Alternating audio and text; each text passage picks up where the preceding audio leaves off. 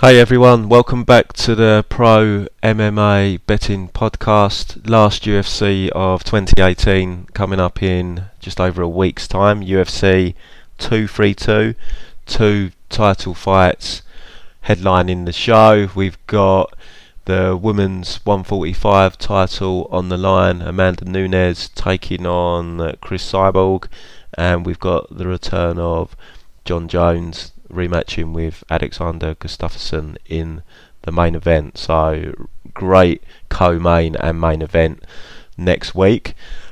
If you want to check me out on Twitter, it's at Pro MMA Betting, and the website is prommabetting.com for you to have a look at our betting packages, our record. Everything's third party tracked, and packages available weekly, monthly, 6-monthly or annually. If we move on to the card, so we'll start from the bottom, work our way through every fight. I have done this pod before Christmas. I wanted to just get a bit of a break over the Christmas period. It's been pretty relentless the last couple of months with cards and whatnot, so I wanted to enjoy some rest time over Christmas. So I've done as much tape as I could between the last card finishing and today, basically. So I've done tape on pretty much every fight. Very first fight on the card is Curtis Millender taking on Siyar Bahadurzada. So this is a really good fight to open up the card. Should be an entertaining fight. I can see it being contested on the feet for the 3 rounds or as long as it lasts. Curtis has about a 3-inch height advantage on Siyar. He's got a 3-inch reach advantage as well. My thoughts pre-tape were that I would be betting Curtis in some shape or form. Kind of changed my mind after tape. I'm still a little bit on the fence. Part of me does want to bet him, but part of me says to probably avoid this fight. If we have a look at Siyar's record in the UFC so far, he's 4-2, but he's been very inactive. He's had a lot of injury problems. He made his debut back in April 2012, so nearly 7 years ago, and he's only had 6 fights in the UFC. He has put a little bit of a run together lately for him in terms of fighting relatively close together. His 3 most recent fights have occurred in just under 3 years, so this will be his full fight in just under 3 years, which for him, going by the amount of fights he's had in the UFC, is a bit of an uptake. And it will be second fight of 2018. Last time he had 2 fights in the same year was back in 2013, so we're going back a long way there. Siyar is a bit of a brawler on the feet. He's quite wild. There isn't much finesse to his game, but he's got very heavy hands, cement block type hands he seems to have. He's got a high KO ratio. He's KO'd over 50% of his opposition, and as we've seen in his last 3 UFC fights, we've seen his power come to bear in each of those fights. He mainly used wrestling to defeat Brandon Thatch. He did drop Thatch in the 3rd round. He caught Thatch coming in with I think it was a nice uppercut he called him with. Rob Wilkinson, he decimated on the feet. That was up at middleweight as well at 185. Now I know Izzy Adesanya isn't known for his power, but he took out Rob easier on the feet than Izzy did. So that shows you how powerful the guy punches.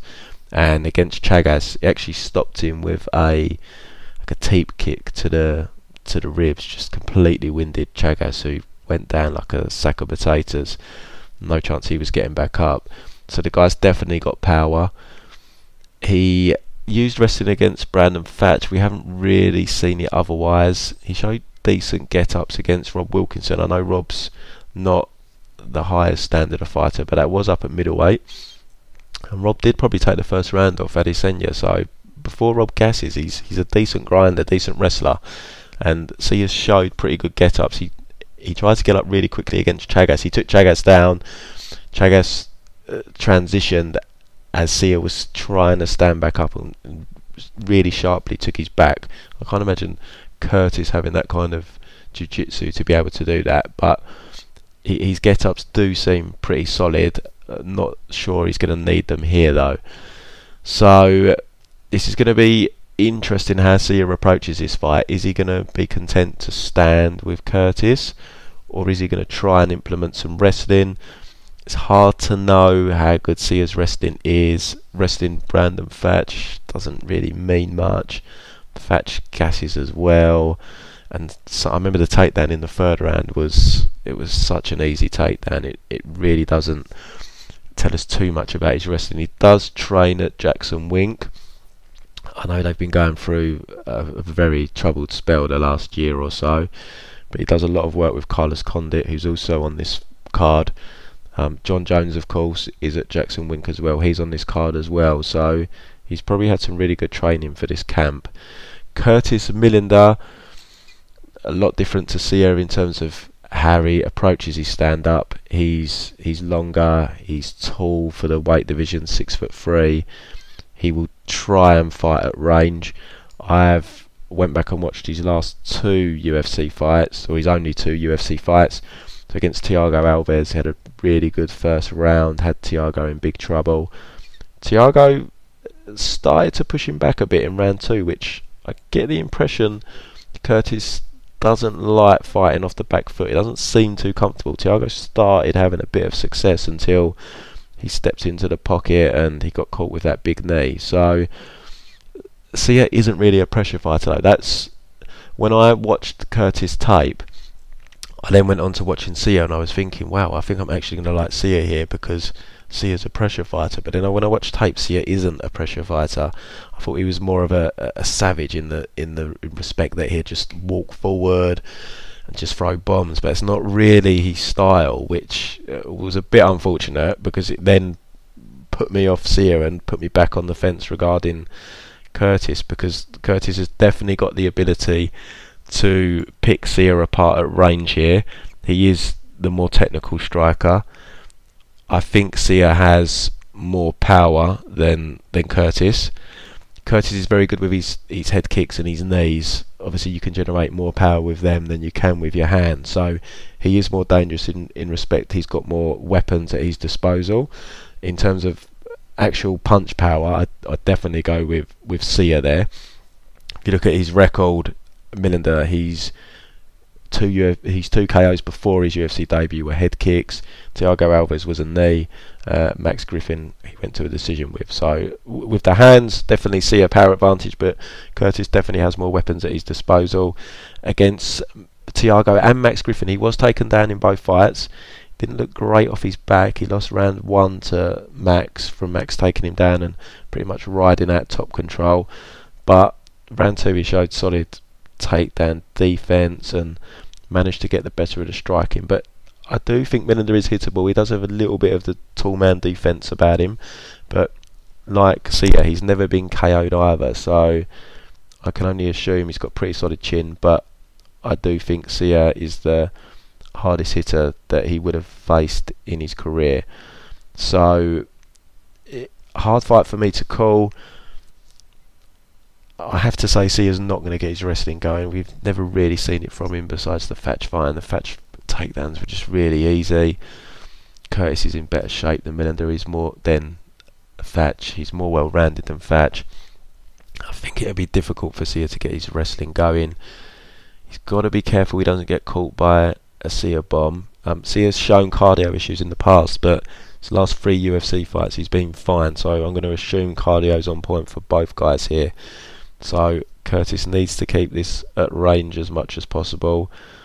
Siyar is wild, so it is quite difficult for Siyar to land his blows just because of the way he fights, and I can't see Millender engaging him in the pocket here, so I think Siyar might have difficulty landing his shots, but he has got that fight changing power, so if he does connect, it could change the direction of the fight completely. But I am going to go with Curtis winning a decision here. I think he's going to do enough at range to rack up the points. He might even rock Siyar. I don't think he's going to finish him, but I could see him doing the skanky leg at some point. just because Siyar's going to have to get inside to land, and that leaves him at risk to those knees that Curtis has got.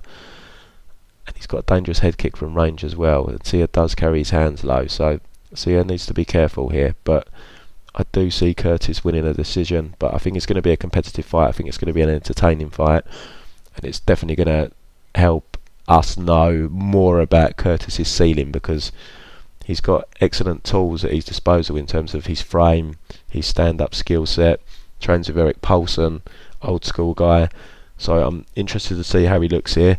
Needs to fight intelligently, but Siyar's coming off 3 wins in a row in the UFC, but this is a bit of a step up for Siyar compared to his last 3 opponents, so be a good gauge for us to see where both guys are at, but Millender decision's the pick. Next on the Fight Pass prelims, another really good fight. Should be a stand-up battle. Should be, again, like the previous fight, should be really entertaining, this one. So we're getting spoiled on Fight Pass prelims for UFC 232. So Uriah Hall taking on Bevon Lewis. Bevon Lewis is actually Jackson Wink as well, so this is a real great chance for them to end the year on a high and really put the last 12 to 18 months in the rear view mirror and start 2019 afresh. So I like that they've got 4 fighters on this card. I imagine they've all been training together and pushing each other, so hopefully they can turn things around. So I would like to see Jackson Wink get back in the winning column. So Bevon Lewis, we've seen him on the Dana White Contender Series a couple of times. Looks like a very solid prospect, 27 years of age. Excellent frame for middleweight. He's 6'3", very long reach, 79 inches, same as Uriah Hall. He's 3 inches taller than Uriah. This really comes down to, is Bevon ready for the step up in class, because he hasn't fought anyone on Uriah's level.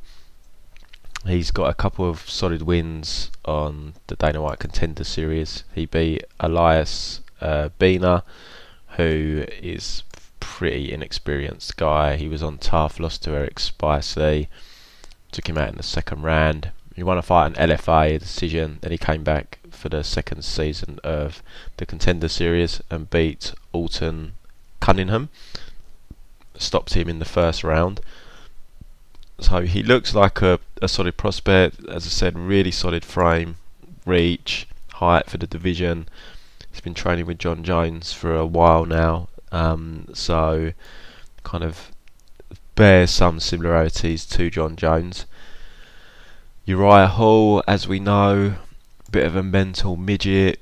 He's got all the talent in the world, but mentally he just gets inside his own head, and you know, mental is such a huge part of fighting. It's hard for people to understand how important it is unless they've actually been in the ring, either boxing or competing in MMA, because if you get inside your own head and start to have doubts, you're a beaten man before you even get in there. So it's such a big part of fighting, and it's really unfortunate that it's where Uriah falls down, because he's such a talented guy. He's got such good stand-up. He's got such great athleticism.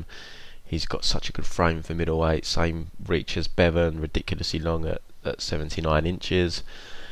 But he's just never really been able to put it together in the UFC. He's lost 4 of his last 5. Now, he's not losing to bad guys. Rob Whittaker, Derek Bronson, Musasi, Enrique Costa, and got a win sandwiched in there against Jotko, where he suffered a really rough 1st round. Now, it does seem like maybe Uriah is turning some sort of corner, because against a Jotko, he had an awful 1st round. He was in big trouble, but he came back and actually stopped Jotko in round 2. And I always remember that fight because I think it was the end of round 1 on live betting. I got Uriah Hall at plus 1600 to win inside the distance. I could see that the fight looked like it could possibly be turning towards the end of round 1, and I remember I got that plus 1600, and Uriah cashed it for me in round 2, so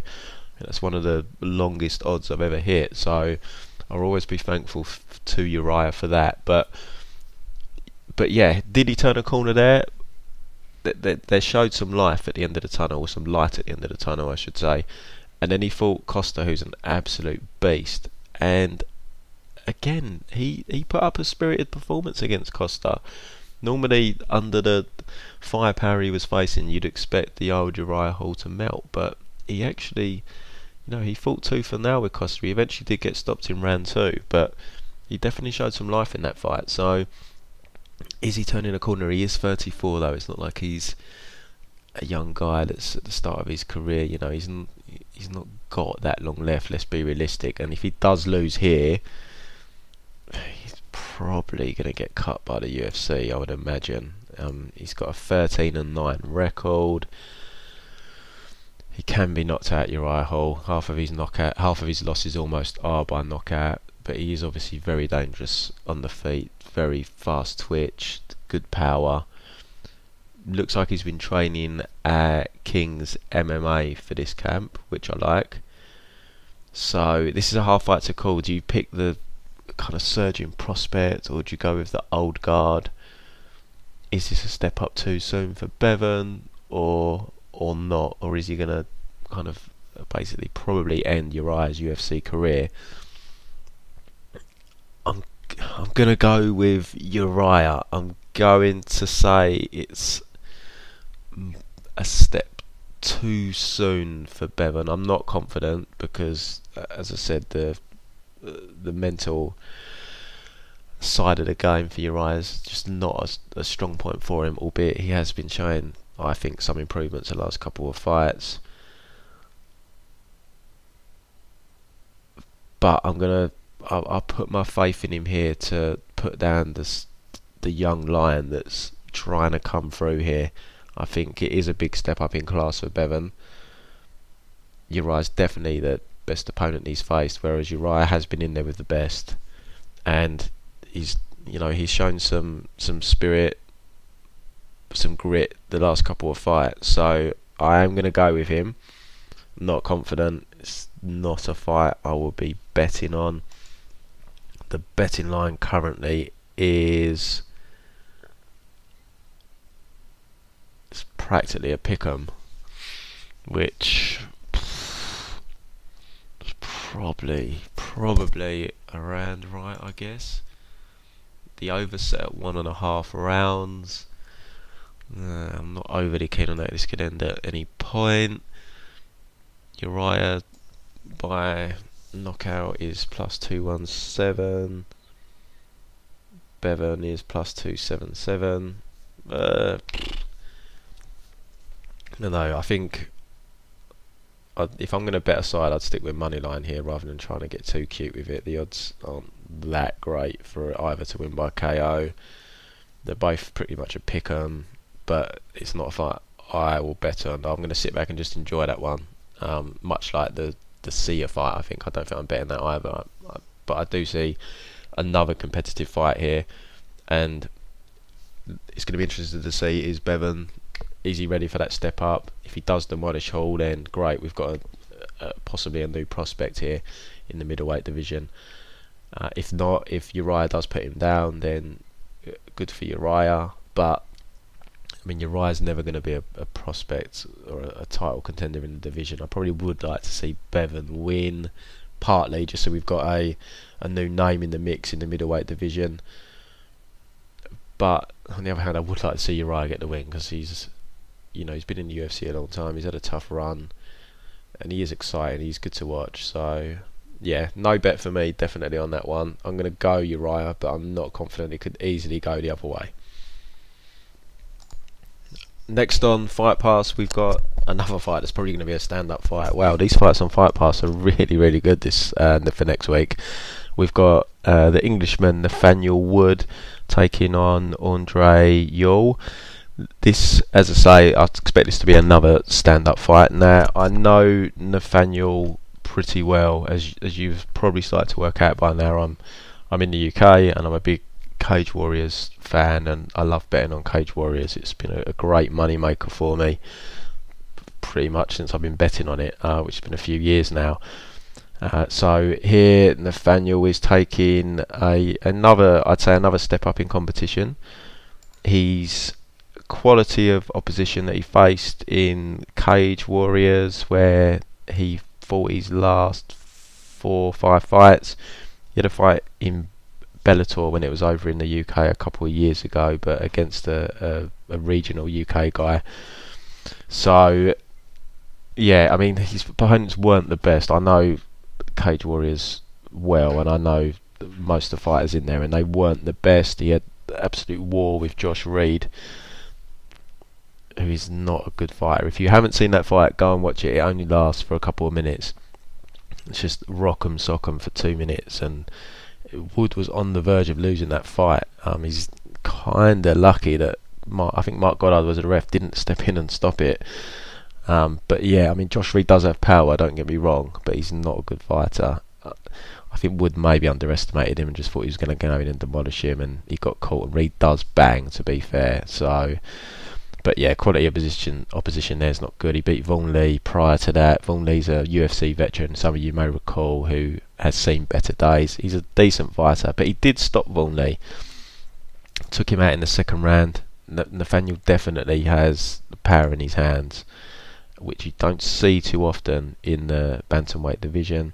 He stopped another guy who I think was unbeaten after the Vaughn Lee fight very quickly. Luca Levine, he stopped with 1 punch. That was his last fight with Cage Warriors. Luca isn't a great fighter, but Nathaniel done what you'd want him to do, a prospect to do, just take these guys out. So he's got serious power. And then UFC debut against Johnny Eduardo. Johnny's an old man from Brazil, but he's still a wily vet. He's a solid fighter. It was a big step up in competition for Nathaniel, and he did struggle. First round he was having some difficulty, but he turned it around and actually won with a submission. So he's showing he's improving his game. He's only young. I think he's about 23, Nathaniel. He is at a significant reach and height disadvantage here. Nathaniel's 5'6", Ewell is 5'11", 5-inch height discrepancy. And there's a 7-inch reach discrepancy as well, and Ewell is a southpaw, Nathaniel's orthodox. So this isn't an easy fight for Nathaniel at all. And Nathaniel he doesn't wear damage very well. He is hittable, but he's never been KO'd. There is a TKO loss on his record against, pretty sure it was Alan Philpott, if I remember correctly from memory.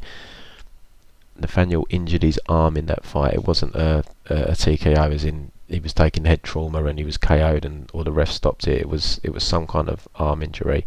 What we haven't seen from Nathaniel for a while now is his ground game, his takedown defense. Obviously he submitted Eduardo, but we've not kind of seen him be defensive on the ground for a while. I don't think that's going to come into it here against Ewell.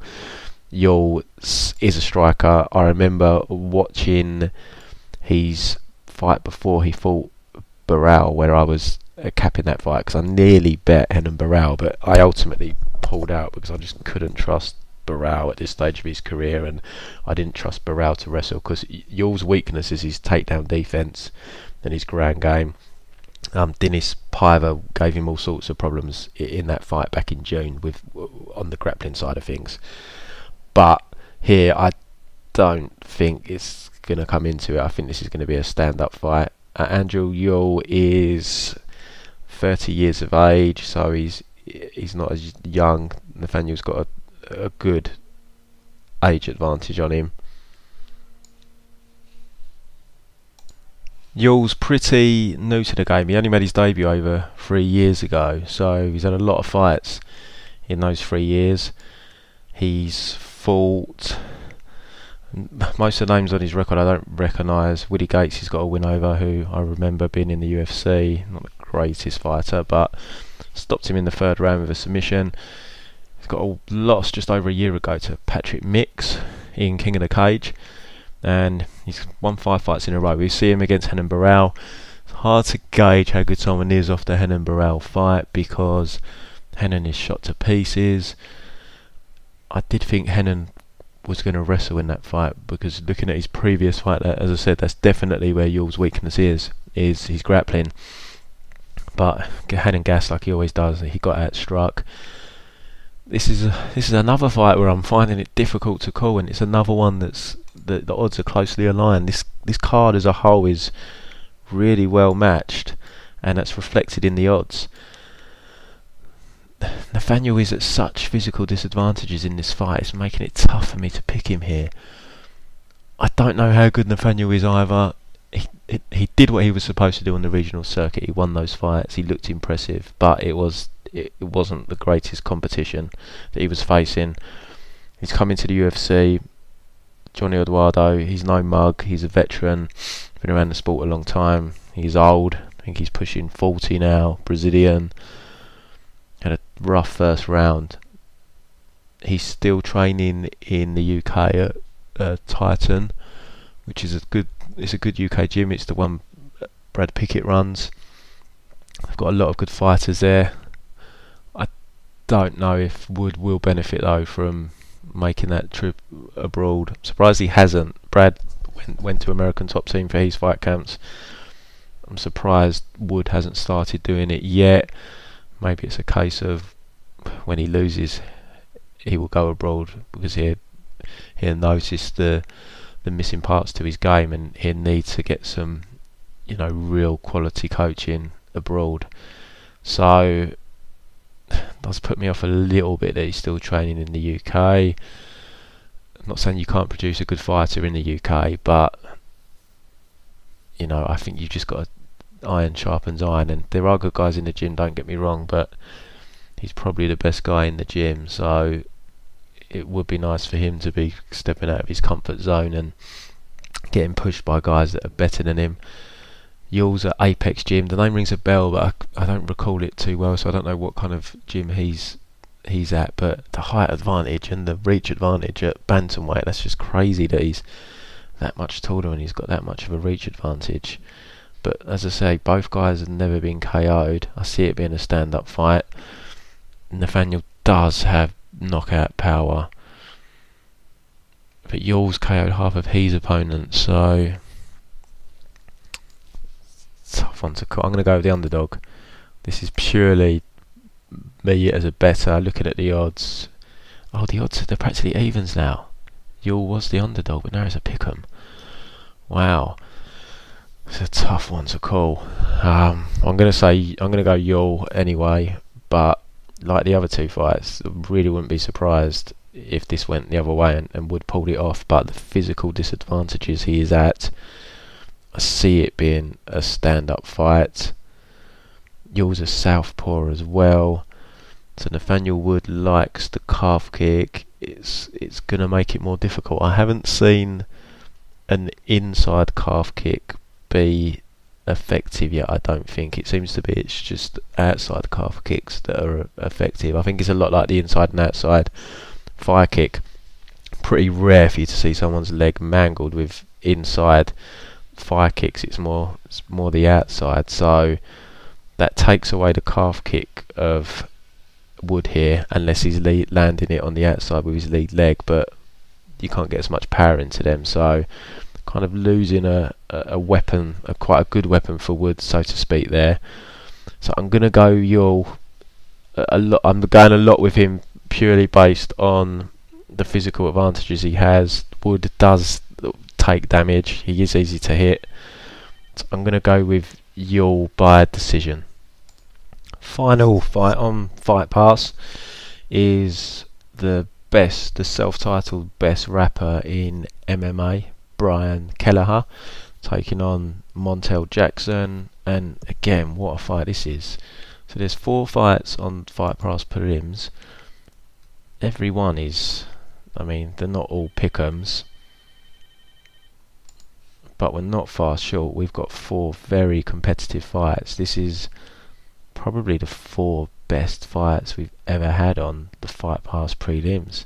I actually think the 4 fights here are better than the 4 fights that they're putting on the Fox portion of the show. These 4 fights are all fantastic. They should swap round and put these on Fox if you ask me. But anyhow, so another very competitive fight. Another fight where we've got a possible surging prospect, much in the same mould as Bevon Lewis in Montel Jackson, taking on an established veteran in Brian Kelleher. So looking at the stats, the stats are very physically skewed. We've got a 9-inch reach advantage for Montel. Montel's reach is absolutely ridiculous for a bantamweight. I mean, 75 inches. That's like middleweight kind of reach. It's just crazy. If not some like heavyweights even. So he's got a 9-inch reach advantage. He's got a 4-inch height advantage. Southpaw, comes from a Greco-Roman wrestling background. I'm not exactly sure of his pedigree, but I do know that there was talk of him making a run for the Olympics. So he's obviously got a very good wrestling background. You can see in his fights that his balance is very good. He's very comfortable in the clinch. He uses the whizzer very well to get back up if he is taken down. He showed solid get-ups against Ricky Simon. That was a big step up in competition for him. I really rate Ricky. He's got excellent MMA wrestling, and ultimately he was just a little bit too much for Montel. Just managed to get enough takedowns and enough top control, but Montel did get up every time he was taken down. Ricky was on his back. He managed to escape from that. I remember Ricky mounted him and he stood up for a mount, so he's a really strong guy. Trains out of Zach Otto's gym. So yeah, I mean, physically really talented guy, and he, for someone with only 7 professional MMA fights, he looks very composed in there. I look very composed against Ricky, who, as I say, is a veteran of the fight game. Very talented guy. He looked really composed. Just the wrestling was just a little bit too much for him. He did take that on short notice as well. Looked really composed on Dana White Contender Series. He did commit a number of fouls with eye pokes. I think there was a low blow in there as well. There was an elbow behind the back of the head. So I remember when he made his debut, I was a little bit worried about, is this a composure issue? But against Ricky, he just looks so relaxed in there. Definitely looks like he's a natural in there. Ricky was a big step up. The competition he'd fought prior was, is questionable. But I watched a number of his fights, and he did what he was supposed to do, dominated these guys. Ricky was a bit too much, but Ricky, as I keep saying, I really hold him in high regard. So he's coming in here against Brian Kelleher. I don't know if it's a step up from Simon. It's definitely on the same kind of level. He has had a full camp this time. So Brian is at a big reach disadvantage. He is at a height disadvantage as well, 32. So he's at a big age disadvantage as well. I think Montel's around 26. Brian is a pressure fighter. He fought the ultimate pressure fighter in his last fight against John Lineker. Very difficult fight for him stylistically. He beat Henan Burrell, broke him with pressure. Damian Stasiak, he broke him with pressure. Marlon Vera, he got caught in an armbar. They have that fight again. I'd probably go with Kelleher, but he just got caught. And Uriah Alcantara made his debut against, called him in a guillotine, which Brian's known for, really good guillotine chokes. He beat Arce twice as well, Julio Arce, in Ring of Combat. I can't find them fights anywhere. He beat Andrei Sukumtov as well in CES.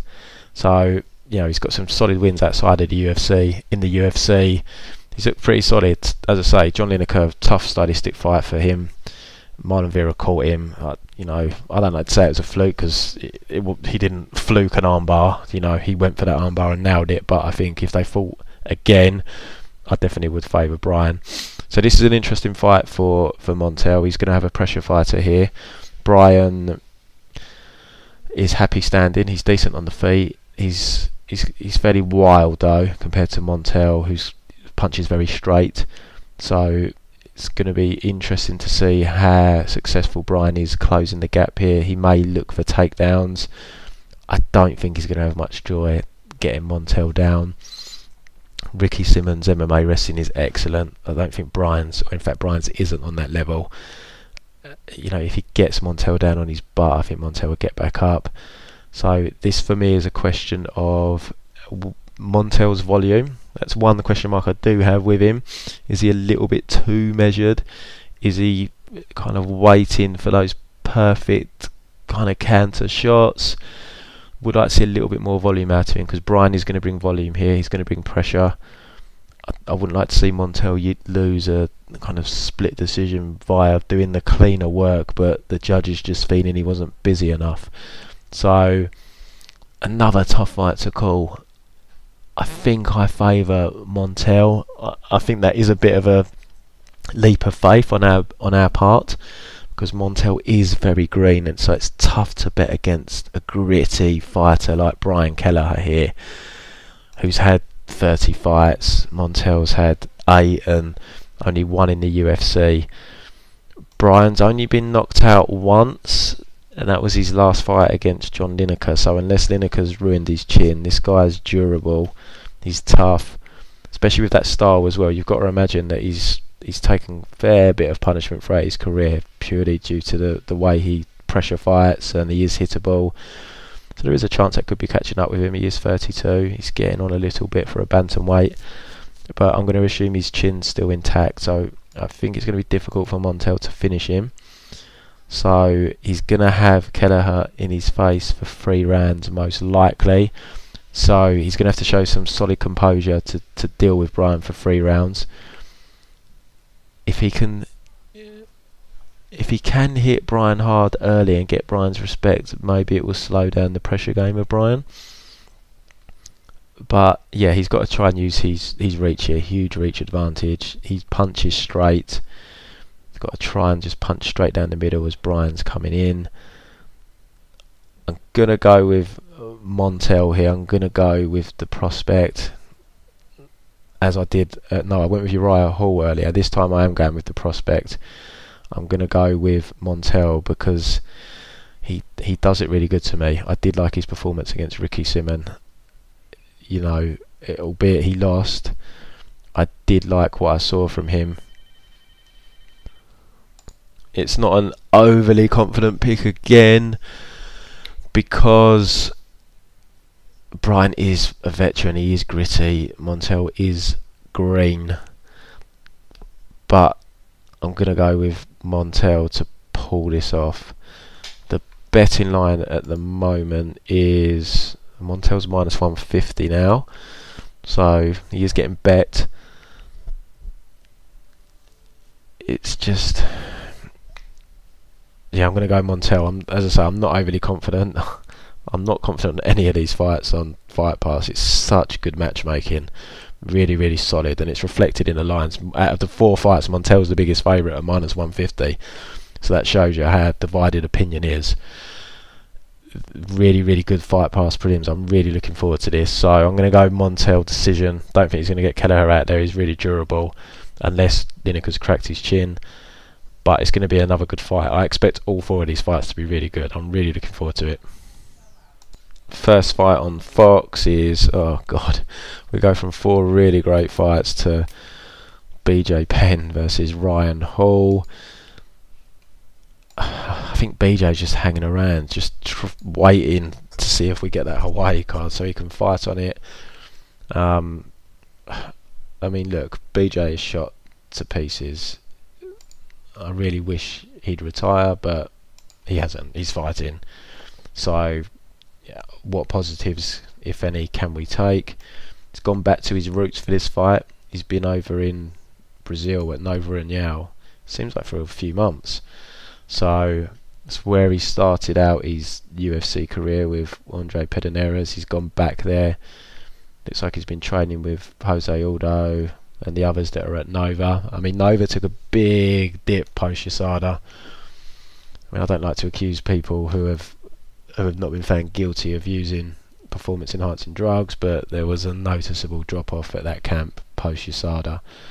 But he's gone back to Nova União, so I mean, he must want it if he's put himself over in Brazil. You know, he lives in Hawaii, he's got a very comfortable life, he's a rich man, not from fighting, very comfortable financially, I understand.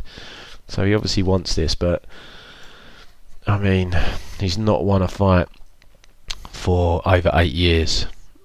when he beat Matt Hughes. He's lost his last 5.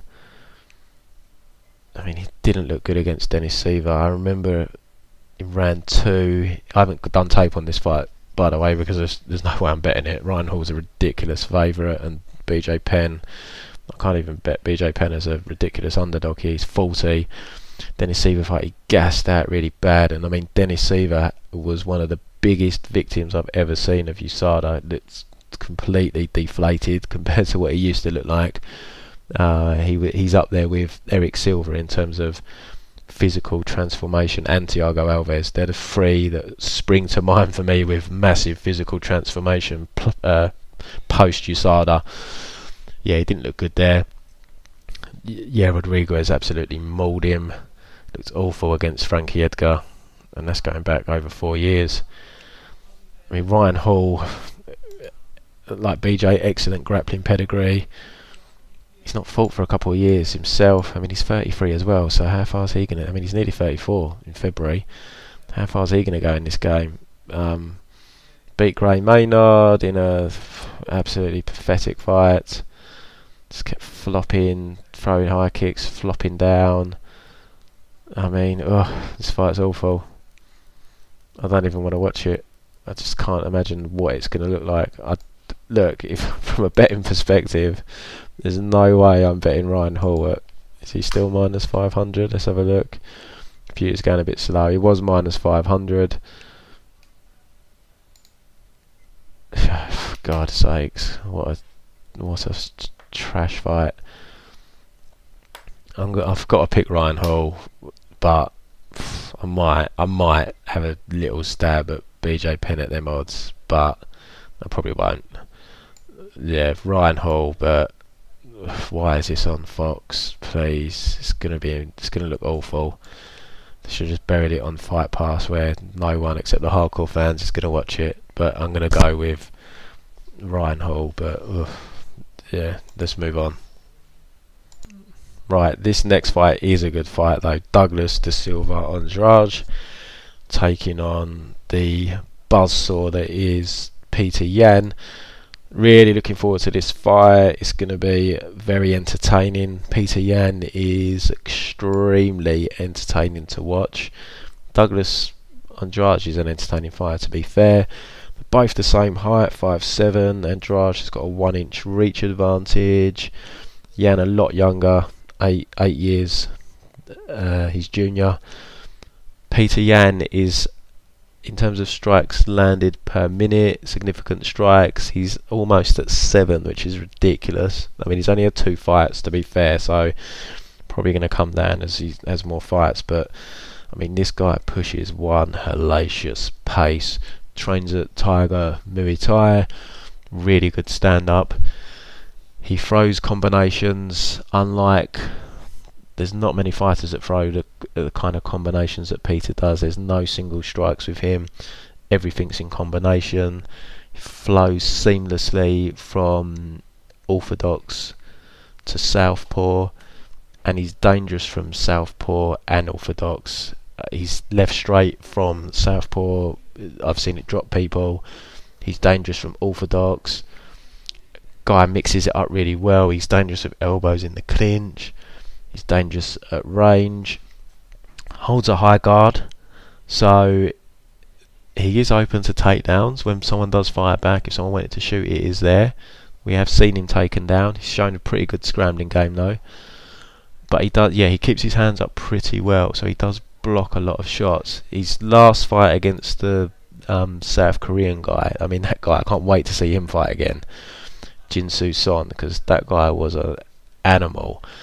So he just absorbed so much punishment and kept coming. It was crazy. Before that, he wrecked Ishihara, who hadn't been stopped before. Most fighters at bantamweight would have been stopped in that fight. The damage that Son took was absolutely crazy. Really, really entertaining fight. Yeah, Petr Yan is a buzzsaw. Really excited to see him back. Silva de Andrade. A few question marks were raised regarding his physique, shall we say, last fight.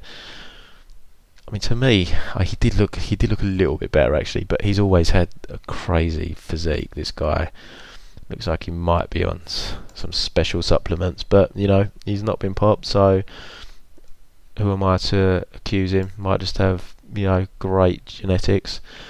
He's 33 now, so he's getting on for a bantamweight fighter. He's got a solid as hell record, 25-2. But that was on the kind of Brazilian regional scene. He built most of that since he's been in the UFC. He lost his debut at 145 against Tuhugov. Then he beat Cody Gibson, and honestly, that fight was really close. He could have lost that fight. I rewatched that the other day. I was watching Andrade more than I was scoring it, but it was very close. And I went on MMA Decisions, and more people, more media picked Cody Gibson in that fight. He gassed in that fight, Andrade, but we haven't seen that since. I was thinking that, oh, okay, he slows down, but since the Gibson fight, he hasn't. But yeah, he could have easily lost that decision.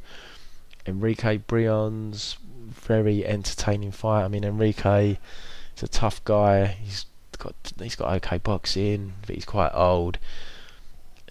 He took it to Andrade, and I always remember I live bet Brion's in that fight at some point in round 2. I think it was just before. I think he hurt Brion's in round 2, and I live bet him just before that happened, because at that point it looked like Brion's was well in the fight. What I noticed, he then fought Rob Font, lost to Rob Font, and he's coming off a win over Marlon Vera. What I noticed about Andrade is a lot of his shots are single shots, but he throws with power. Guy has power for 135, so Jan needs to be careful. He does keep his hands high, so he should be able to block most of the shots, but you don't want to get caught clean by this guy, because he does hit very hard.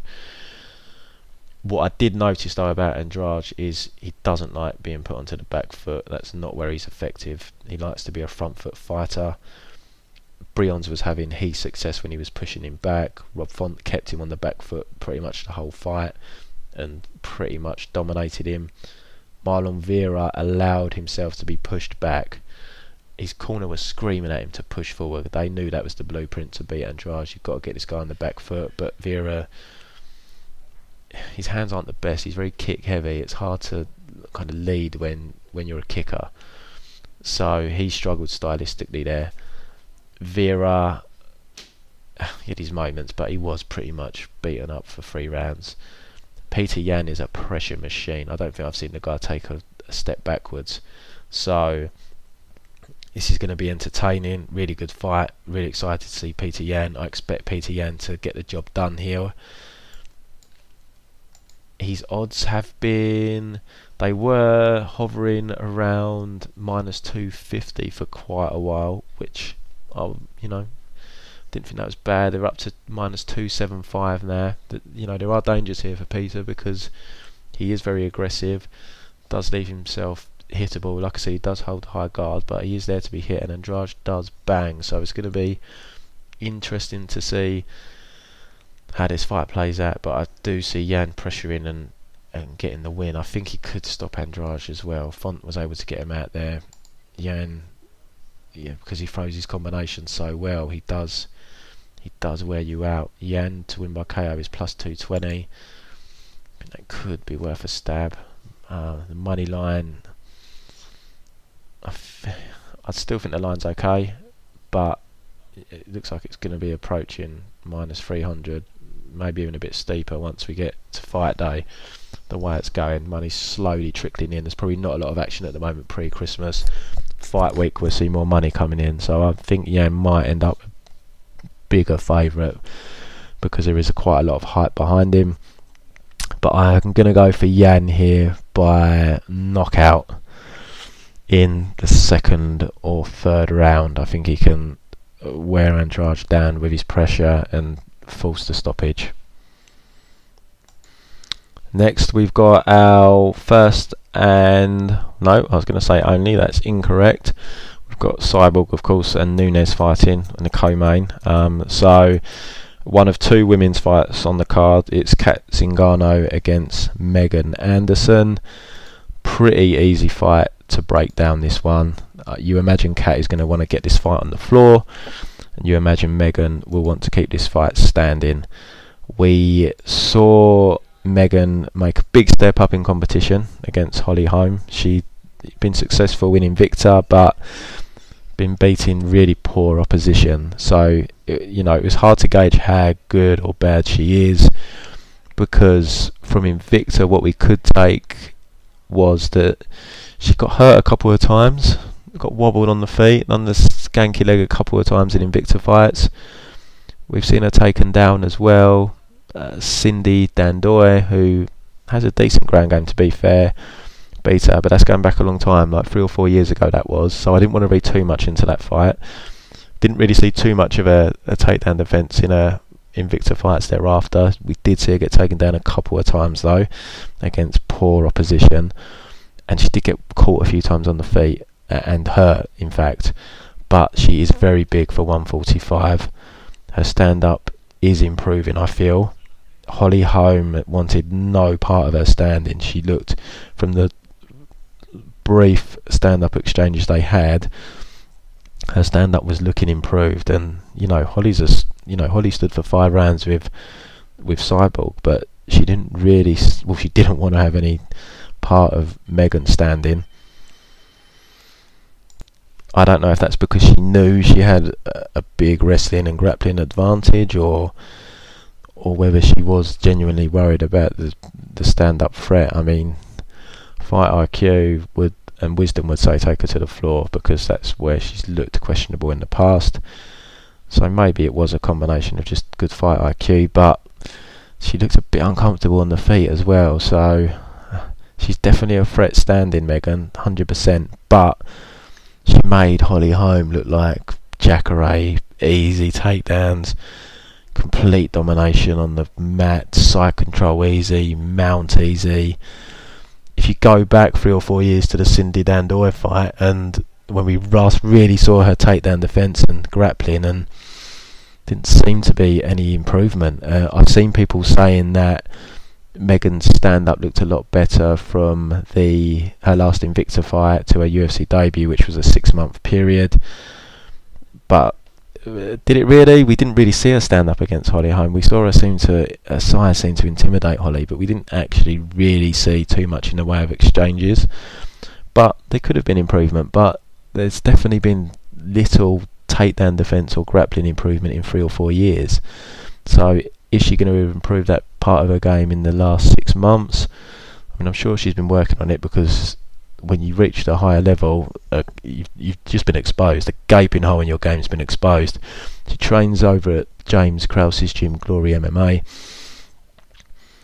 So Megan's going to want to keep this on the feet, 100%. She's definitely got the advantage on Kat on the feet. Kat is hittable on the feet. She doesn't have the best stand-up. She can crack Kat. She has got a decent, I think it's a left hand, I think she's southpaw, that she can crack people with, but you don't want her standing on the feet with Megan if you're in her corner. You want her to use her takedowns. She's at 5-inch reach disadvantage. She's at about a 6-inch height disadvantage. She's moving up to 145 as well. Now, I know she's had a big cut to 135 and struggled with it, but Megan's going to be the bigger girl in there, definitely. She's 8 years younger than Kat as well. So, if we look back at the kind of Wood and Ewell fight, where I've gone with Ewell for the physical advantages he has, here, we're talking same kind of physical advantages for Megan, but there's a huge gap on the mat here. So while there is a big gap between them standing, and Megan 100% got the advantage, Kat's never been KO'd. Now, she has been rocked. I mean, even Misha Tate had her in trouble, so that's a worry. There's been concussion issues as well that Kat's openly talked about, but she still hasn't been KO'd, and she's got very solid takedowns. Her takedown success runs at 65%, which is very high. If she wants a takedown, she gets it. She's good on the mat. If she ends up on bottom, she's scrambly. She's good from top. She finished Amanda Nunes from mount. She works with Ronda Rousey's ex-judo coach. I think this is her second fight camp with him now. There's videos on her Instagram of her drilling takedowns and some nice judo throws and so forth. So you know, I'm sure Kat is coming in here with a grappling heavy approach. What I don't like in a lot of Kat fights is she will take someone down and she will stand up out of their guard and let them stand up. Now, I'm hoping that's because this was against people that she wasn't fearful with standing. She's quite content to stand with them. I mean, you look at the fighters she's done that against, and they're not fighters that you think she has to be too worried standing. Here she does have to be worried standing, and there's a big gap on the floor here. Kat can, I think, take mount if she wants. Need to be careful with mount that you don't get reversed. I don't want to take him mount if they're against the fence and Megan loses her long legs to push off the fence to stand back up. But I can definitely see Kat getting a finish, but this is a tough one to call because on the feet there's a big discrepancy, on the ground there's a big discrepancy. But going off of the last fight and the way Megan made Holly look, I've got to go Kat here.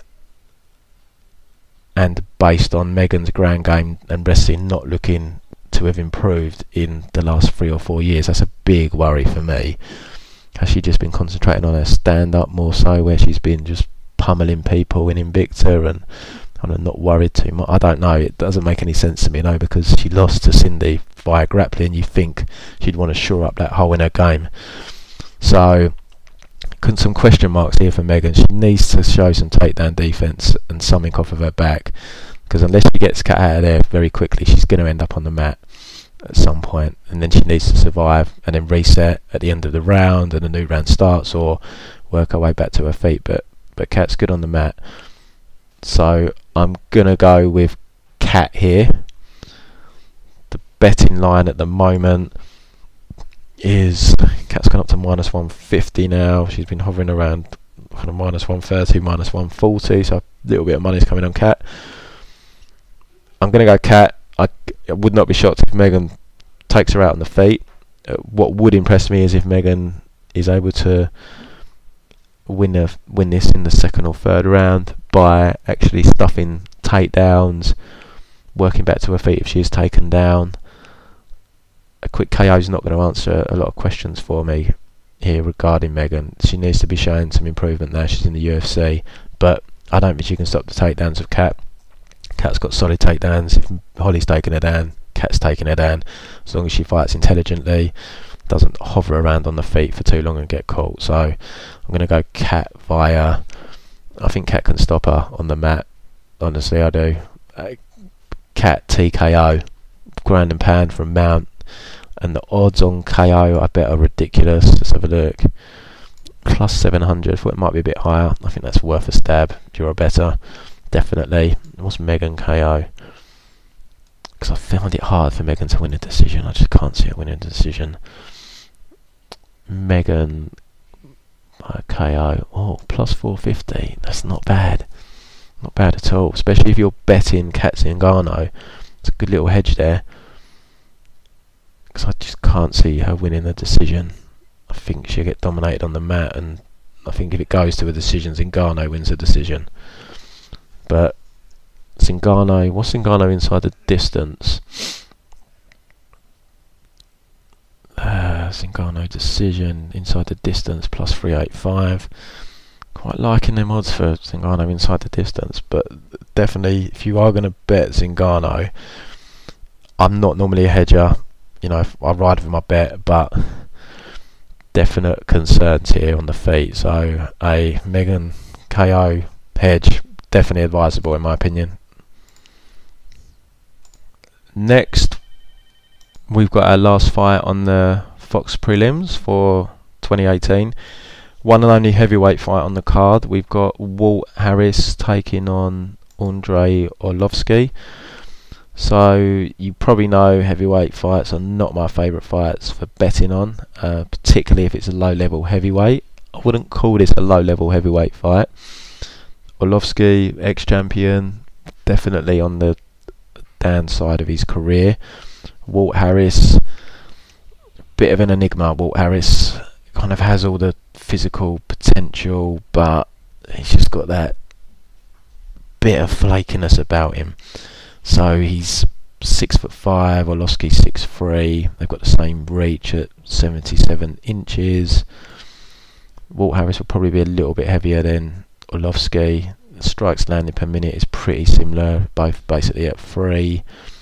Strikes absorbed very similar as well, both at 2.6, so that's interesting. Don't really see takedowns from either guy.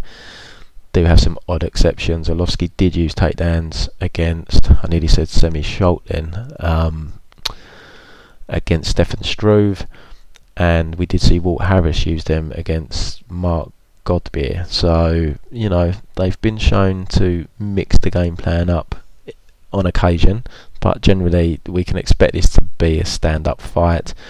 Walt Harris is a southpaw versus Arlovski, who fights from the orthodox stance. So Arlovski, I mean, look, he is, the chin is suspect. I know he's not suffered as many KO losses recently. I mean, he's not been knocked out for, well, it's not that long ago really. It's almost 2 years. Francis Zingano was the last guy to knock him out. He's had 5 fights since then where he's actually gone to the decision in every one. So he has changed his style a little bit. He's not quite as gung-ho as he used to be. Obviously, I think it must be in the back of his mind that he's a little bit worried about getting knocked out, which it's not great having that in the back of your mind if that is a bit of a worry for you, because it means you are going to hold back. But he's been knocked out 10 times in his career, so it has to be a concern for him. If you look at who he's fought, junior, so basically if we look at his last 4 or his last 5 fights, he lost to Tabura, beat Albini and then Struve, and then he's lost to Ivasa and Shamil. The Ivasa fight was very close. You know, I don't think many people would have argued if Arlovski got that decision. And then the Shamil fight it wasn't a great fight. There wasn't really much in it, like most Shamil fights. I mean, yeah, he probably did lose the decision, but yeah, it was a competitive fight. He's 39 now. He trains at an American top team now, Arlovski. So yeah, he's definitely changed up his game. He's definitely less vulnerable to being knocked out, but it might be slightly to his own detriment in that he's just not as aggressive as he used to be. Walt Harris, as I said, he's a bit of an enigma. He's great athleticism. He's got big power. Every fight he's won is by knockout. He's never won a decision. But he's just, I mean, you look at the standard of opposition that he's faced in the UFC, and he had his first run where he went 0-2, lost to Krylov and Jared Rosholt, lost to Soa Pelele as well,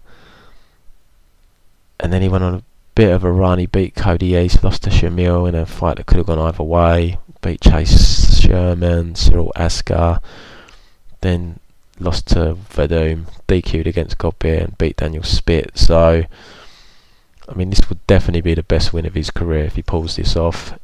He is athletic, he's got decent movement. It's a hard fight for me to call. I don't like putting my faith in Walt Harris. I put Walt Harris in a double with Tony Ferguson when he was first supposed to fight Godbeer, but they switched Walt Harris to face Fabricio Werdum. I think it was like the actual day of the fight, and then I didn't bet Walt Harris in the rematch. I can't remember what put me off betting him. I don't know if the line was worse or whether the way he just lost to Werdum just put me off, even though obviously Godbeer wasn't going to replicate that performance. He just literally got taken down and armbarred like an amateur. And then thank God I didn't, because against Godbeer he got disqualified for, I mean, it just seemed dumb. Like, I said he didn't hear the call from the ref, but it was just, really, did you not hear that? I mean, I guess if you're in the moment, the adrenaline's pumping, maybe he didn't. But he came into that fight with a bit of an odd game plan for Walt. He actually went for takedowns, which were working well. I do think he looked like he was blowing a little bit. No, it's not normally the way he fights. He's always looked fine cardio wise on the feet, so maybe it was just, you know, an energy system he's not so used to using, and it was taxing him a little bit. I mean, I don't know, we don't really know. Maybe I'm reading too much into it. The fight was over before the first round ended. I bet him against Cyril Asker as well, actually, and I remember Asker wobbled him. That gave me a bit of a heart attack. So I am going to go with Walt here.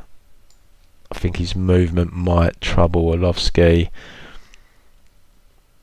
He's definitely got the power to put Arlovski away. He just needs to make sure he doesn't give Arlovski too... This is what I hope doesn't happen here, that Arlovski's still fighting gun shy, and then Walt Harris is just shows Arlovski too much respect, and we end up with a bit of a staring match. That would not surprise me at all. I mean, Walt can definitely put him away, but I mean, I'm probably not going to bet it, but the over is set at 2.5 rounds actually. Plus 125. It's not overly appealing for a heavyweight fight. Walt Harris by KO is even money. It's not overly appealing. What's Walt Harris decision? Wow, plus 500 Walt Harris decision. I don't think that's a bad bet. I mean, if you're happy to sweat a heavyweight fight for 15 minutes, I think there's some value on that line for sure. In terms of the money line, Walt Harris is minus 155. Look, I'll make him a slight favourite here, but you know, I don't like betting heavyweight fights, as you know, and this isn't one that I'm overly confident in. I am going to pick Walt. I think his movement's going to give Arlovski problems. I think Walt is still kind of in his prime. He is 35, but heavyweights age a lot better than other weight divisions, and he's not taken nearly the damage that Arlovski's had, or Arlovski's received. Arlovski's had he's had 40 fights, over 40 fights. Walt's only had 18. He's not taken... I mean, you look at the fights he's lost, took a little bit of a beatdown from Soa, but Krylov was just basically a head kick and it was over in 25 seconds. He's not really taken much damage, Walt, so he's definitely the fresher guy. So I'm going to go with Walt by decision here, but I would not be surprised if this ends up being a bit of a staring contest. They're both showing too much respect, boring fight, and Arlovski nicks a decision. Arlovski may try and mix in some takedowns here, try and keep Walt guessing. I don't think he's going to have much joy. I mean, saying that, Verdum hit the easiest takedown ever on him, but Arlovski isn't Verdum, and Walt Harris's takedown defense stands at 63%. I don't think it's been tested a great deal in the UFC though, so you know, that might be a stat just based off of a few takedown attempts and one being successful from Verdum, and maybe he's defended a couple, so can't read too much into that. But it's not like Arlovski goes for takedowns a lot. He averages almost 0.5 per 15 minutes, so it's probably going to be a stand-up fight, and I'm gonna edge it to Walt, but it's definitely not a confident pick. Right, real excellent fight to open up the main card for UFC 232. Got Chad Mendes taking on Alexander Volkanovski. So both got stellar records. Chad is 18-4. He's only lost to the best of the best. Jose Aldo's beaten him twice. Frankie Edgar beat him. And the other loss, off the top of my head, I can't recall, but it's to another Conor McGregor. So he's only lost to the best fighters. Alexander Volkanovski, 18-1. Lost one of his early fights up at welterweight. Alexander, for anyone that doesn't know, used to play rugby. Used to play rugby at 210 pounds, and now he's fighting at 145 pounds in the UFC, and he actually says he can make 135, so it's crazy. Alexander does have a big reach advantage here. He's got 5 inches of reach, so he's got pretty long reach for a 145er. Height wise, they're the same. Volkanovski has a very high strike rate, 6 significant strikes landed per minute, but he's faced very different opposition to Chad, so it's, you know, we can't be reading too much into that. Both takedown heavy in their UFC careers.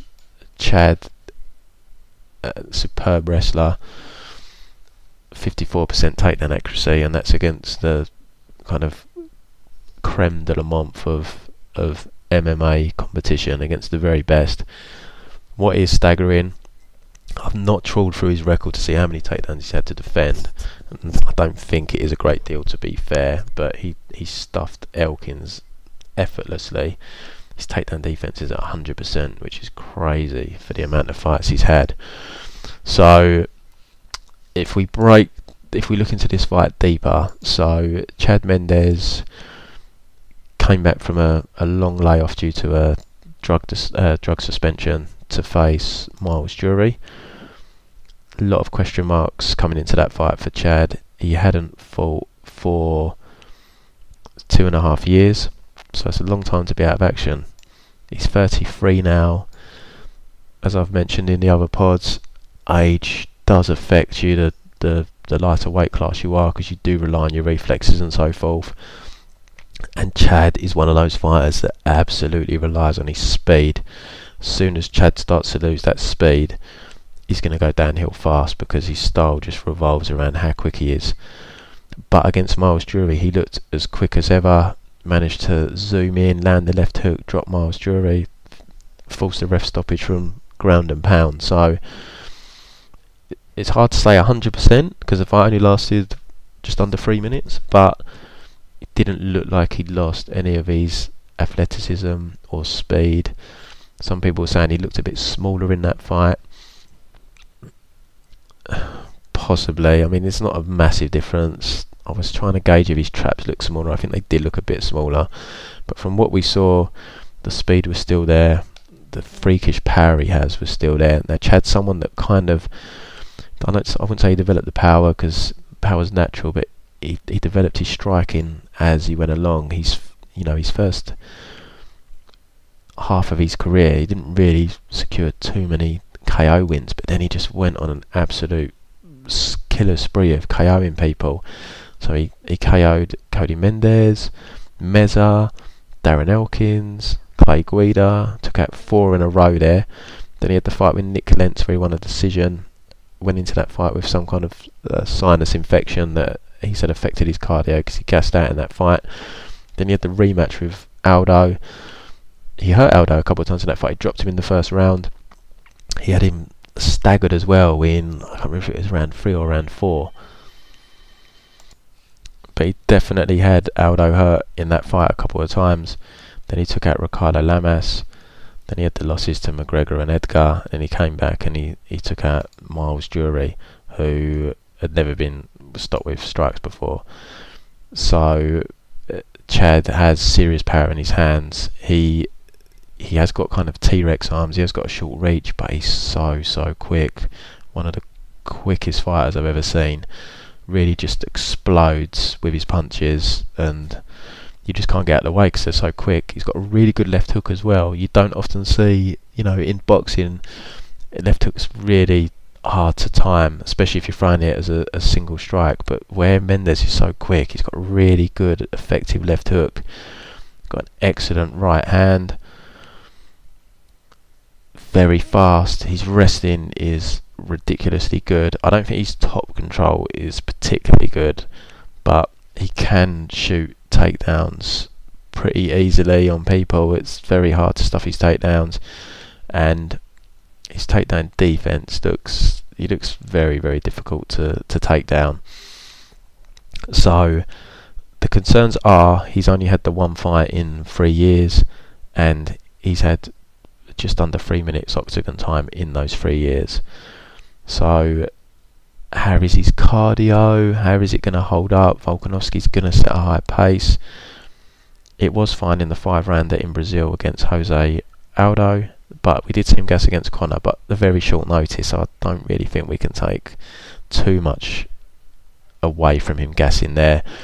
Gassed against Nick Lentz, but he explained he had a sinus infection, so if that's true, then perfectly believable as well. But Volkanovski is going to bring a pace that probably no one else he's fought has brought, I would suspect.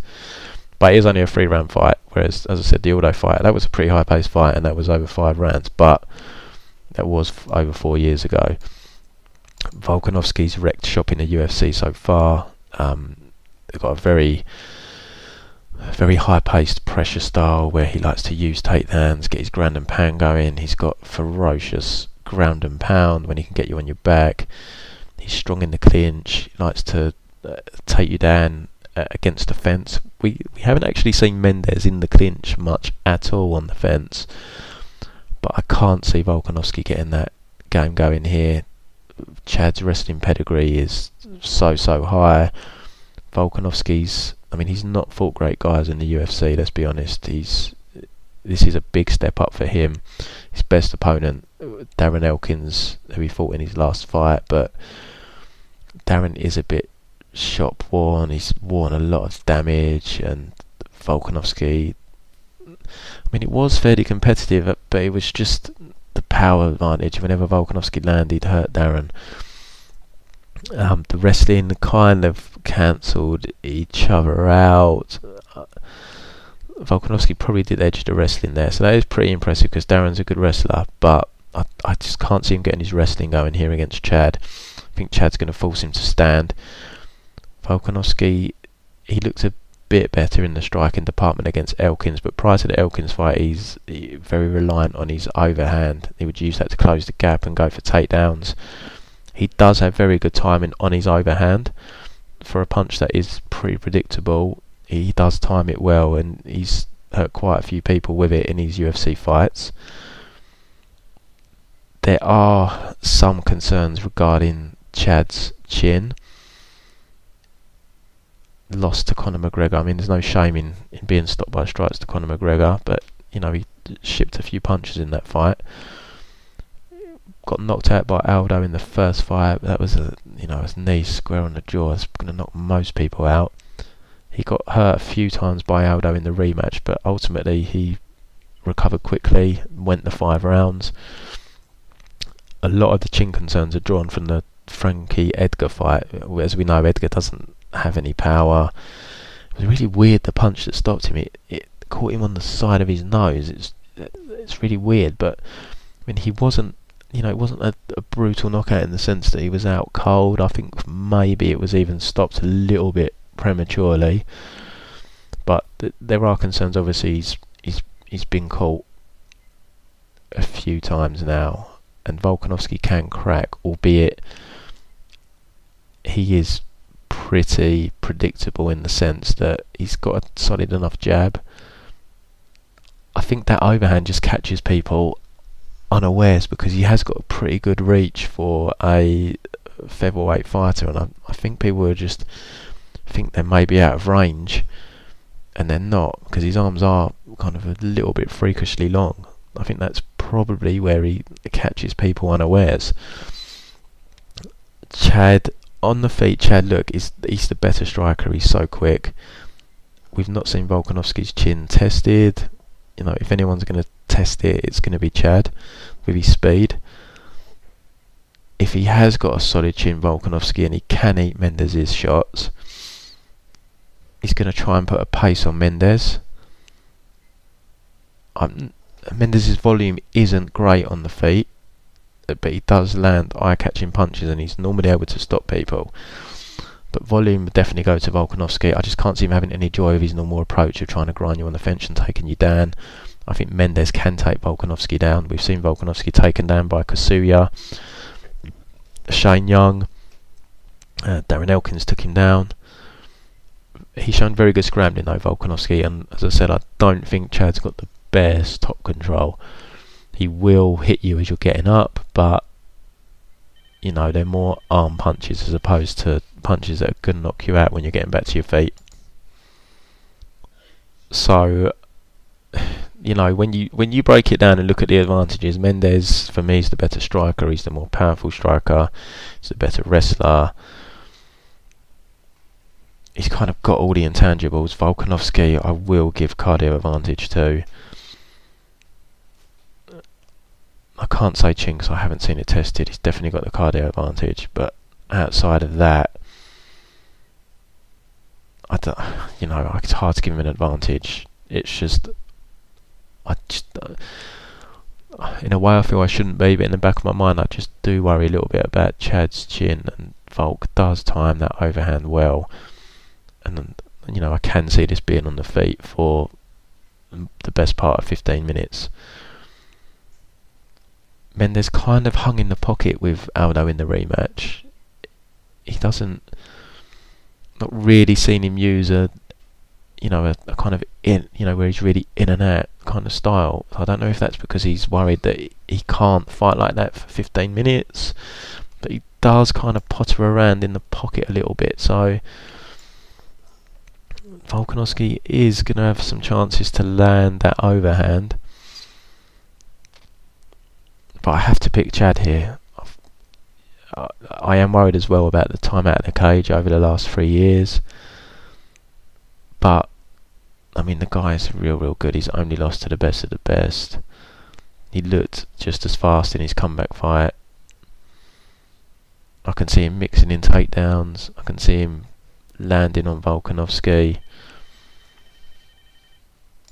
As long as his chin holds up, I think he wins the decision here. Wouldn't be shocked if he put Volkanovski away, because he's got that freakish power. I think that is a combination of him being just so fast and powerful. But there are some question marks that would stop me from kind of going all in on Mendes in terms of a betting perspective here. Mendes is around -150. Volk is going to push a pace on him, so if he can't get Volk out of there, it's going to be interesting to see how Mendes copes with the kind of pace and pressure that Volkanovski brings. But if Volkanovski just cannot get the clinch going at all, Mendes just shuts it down, then, you know, what pace is he going to bring? It's just going to be on the feet. He's going to be trying to bring a pace, but I just don't think his stand-up's good enough to bring, you know, the kind of pace that's going to wear Mendes down. I think to wear Mendes down, he needs to be mixing in the clinch, takedown attempts on the front foot. And I can see that game just being negated, him just being forced to stand. And I just don't think he's skilled enough on the feet to pressure and wear Mendes out. And if you are adopting that game plan, then you're going to get hit as well, coming in a lot. And you just don't want to be getting hit by Mendes. He hits so hard. We saw McGregor, I mean, it was short notice, but McGregor used a lot of teep kicks to the body that I think sapped Chad, and Volkanovski doesn't really throw kicks. He's more a hands man, so I think it's a tall task for him here. It's a big step up in competition. He has had for the amount of fights he's had in the UFC, he's had a relatively easy route so far, and now he's coming up against a legit killer. So I'm going to go with Chad. There are some reservations.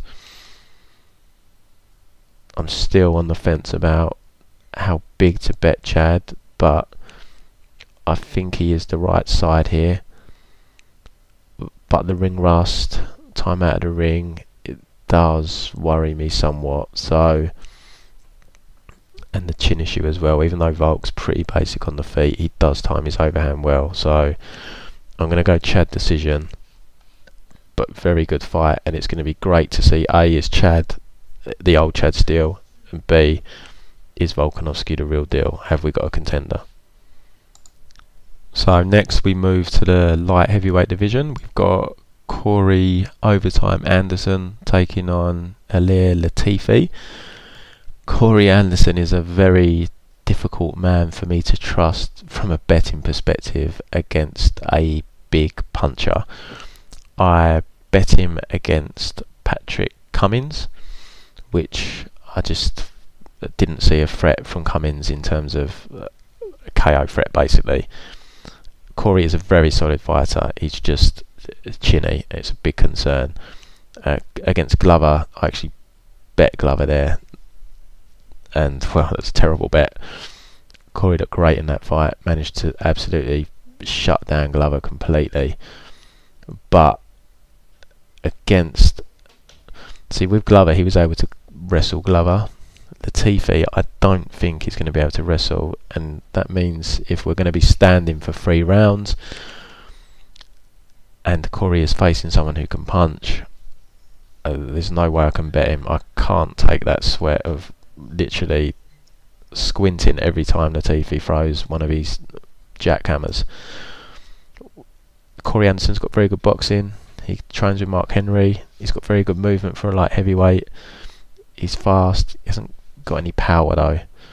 That doesn't help at light heavyweight.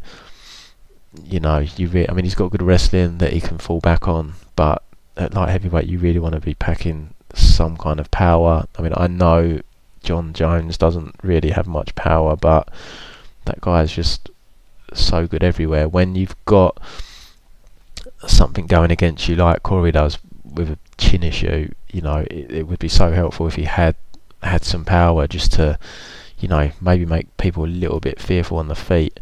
But he just doesn't have that power to wall people off. He does have the wrestling though, which is solid. His wrestling was very dominant against Patrick Cummins and Glover Teixeira. I mean, he was beating OSP, to be fair, until he got caught with that head kick in the third round. I think I had him 2 rounds up. Jimmy Manuwa one-punched him. A brutal knockout. The OSP knockout was brutal head kick. Absolutely cold. Sean O'Connell before that. And then he lost a split to Shogun over. I think that was over in Brazil. I mean, you could give that fight to Cory. Shogun didn't do a great deal in that fight, but he did drop Cory at the end of the first and second round. But Cory managed to stay in the fight, and I mean, he would have beat Juan Valente. He was on his way to winning that and then gets knocked out with 40 seconds left. So, you know, you look at his record. I know it's ifs, and it did happen, but if Valente didn't catch him with 40 seconds left, that was a win for him. Shogun, he could have got that decision, so that would be another win. Jimmy Manuwa took him out. OSP, he was 2 rounds up against before getting caught. So if he didn't have this chin liability, I mean, he'd only have the one loss in the UFC against Jimmy Manuwa. So, well, if he didn't have the chin issue, maybe he would have beaten Jimmy. But what I mean is he was winning the other fights. The Jimmy fight ended in the first round, so we can't really kind of say how that was going. But the other fights, he was on his way to winning the decision. So we'd be looking at a fighter that would have had potentially no losses, but we'll go with the Jimmy loss because it was early. You know, he is really good, Cory, but it's just that chin. He's got really good cardio, good wrestling, good boxing, but I just can't trust a guy that's chinny. He's quite young as well. He's only 29. You know, he's had 3 bad knockout losses. That stuff stays with you. Latifi trains with Gustafsson. He's a very solid fighter, built like a brick shithouse. Hits very hard. He's quite low volume though. You know, if he doesn't land one of his jackhammers, he is a little bit limited. You know, Cory averages 4.5 significant strikes per minute. Latifi's down at 2.3. Both absorb a similar amount. Cory's takedown accuracy 52%. Anything over 50% is fantastic. Averages 5 takedowns per fight. I just think he's going to struggle to take Latifi down. Latifi he's got such a low centre of gravity, so strong. For a European, he has solid wrestling. He's actually got 100% takedown defense. I just think he's going to be really physically strong. I think Cory's going to struggle to take him down. I do see this fight plan out on the feet. I'm gonna go against my better judgment here, and I'm gonna pick Cory Anderson. He's the underdog, plus 135. I don't know if I can bet Cory because, as I said, I will be squinting every punch Latifi throws. It will be a horrible sweat because Cory is not finishing Latifi. But he is the more well-rounded fighter. He's a very good fighter, Cory. It's just a shame that his chin's a liability, because if it wasn't, you know, he could make a run for the title. He's definitely got the skills. He's got youth on his side. But it's just the chin. He's got a 6-inch reach advantage here. He's got a 5-inch height advantage. I mean, Latifi's used to that. He's fairly short for light heavyweight. He's not got a long reach for light heavyweight. He makes up for that with his power and his wrestling game. So, of course, he could definitely put Cory's lights out. Would not surprise me at all. But going on the betting line as a better, I think this should be more of an even line. So, it's hard to bet Cory because of that chin, like I keep saying. And I just can't see Cory being able to stop him. So, we are kind of looking at one path to victory for Cory, but that's the case in a lot of his fights.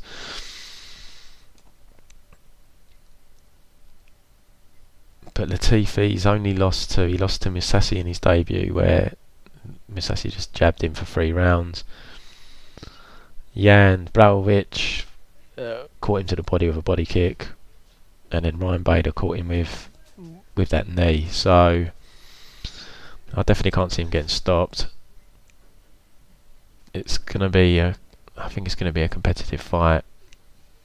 If you do bet Cory, you are gonna sweat. But I'm gonna go with Cory to win a decision here. Cory decision is probably not paying much better than the money line, but let's have a look. Plus 185. That's not bad actually. Better than I thought it was going to be. Actually, but he's plus 135, isn't it? So no, it's not. It's half a point. Look, don't try and be cute. If you're going to bet Anderson money line plus 135. There's no point. It's half a point.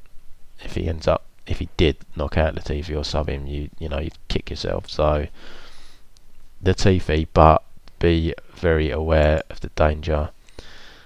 Latifi KO is plus 175, so it's not really. I mean, you can't really hedge it. There's just not a big enough gap. But that's the obvious hedge if you wanted one. But you might as well just bet Anderson. You're just throwing potential profit away.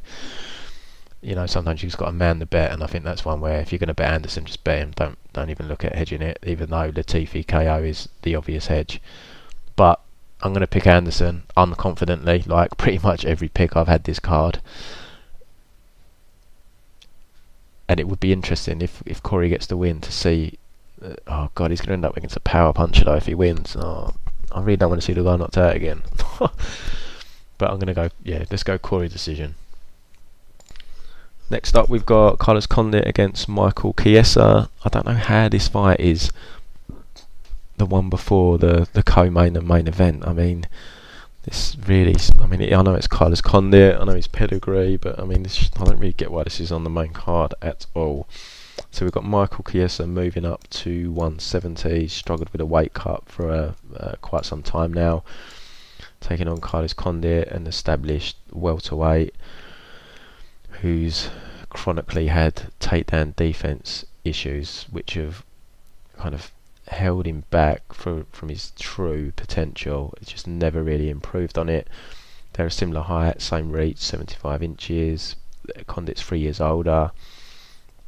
It's a grappler versus striker.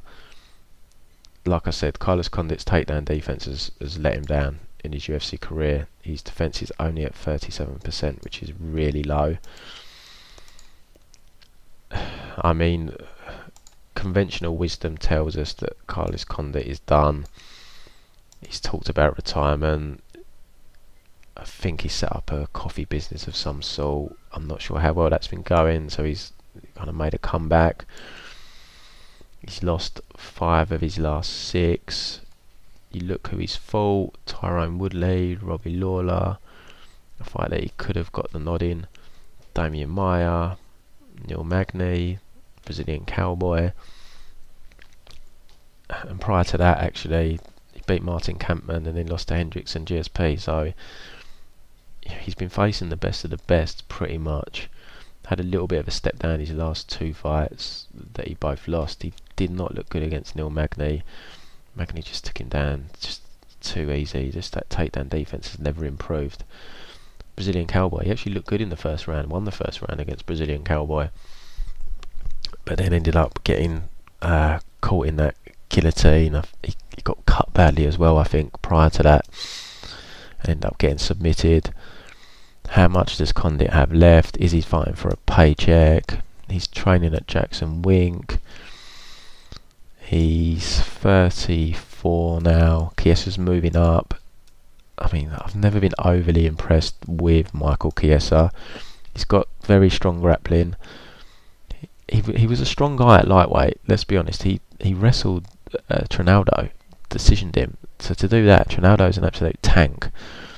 He's got good ground game. He's got decent enough takedowns. And Carlos Condit is just not good at defending takedowns, and he's not great off his back either. Chiesa's takedown accuracy is at 39%. He's a good grappler. He's good on your back. We saw that, Dariush beat him up for a round. He came back and beat him. He subbed Jim Miller. He decisioned Trinaldo. Actually wrestled him. But then, he got... I know there was some controversy regarding the tap, but Kevin Lee run through him. He didn't look good against Anthony Pettis either. He got blocked on the feet. Ended up getting submitted with a triangle. Was it a triangle or was it an armbar? I can't remember. But he didn't look great in that fight. This is another fight that's tough to call, this card. I hope I don't go 0-12 or however many fights there are on this card. From a betting perspective, Chiesa's up at -175. Look, he's the fresher fighter. He hasn't got nearly as much damage. His stand-up is not good though. I did not like the camp he's from either. But he is good on the ground, and Condit's weakness is on the ground. I mean, Condit's as tough as they come, but how much does he have left in the tank? Does he really want this? It's been stopped in 2 of his last 3 losses by submission. I mean, Damian Maia and then Brazilian Cowboy.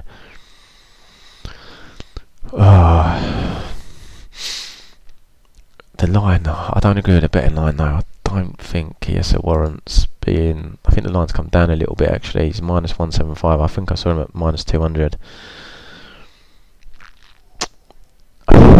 God, I'm going to go Carlos Condit. I don't know why. He's definitely the better striker. What's Chiesa going to be like at welterweight? Is he going to look a lot improved? A lot of these fighters moving up lately do. Oh no, I'm going to go Chiesa. Do you know what? I really don't know who's going to win this fight. I can't decide. I'm going to go with... As a better, I'm going to go with Condit. He's +155. I'm not betting this fight, by the way. But if I was betting it based on value, I would bet Condit. I want to see what Chiesa looks like. I can't see Chiesa doing well at welterweight. I really can't. I just don't think he's got the skill set. I don't think he's going to be able to use that strength that he had at lightweight at welterweight. I think he's going to struggle. He may have a good fight here stylistically due to Condit's porous takedown defense and the fact that he's got 1 foot at the door. But yeah, I can't see him succeeding at welterweight personally. But he might nick a win here. But as a better, I think the line should be closer to evens.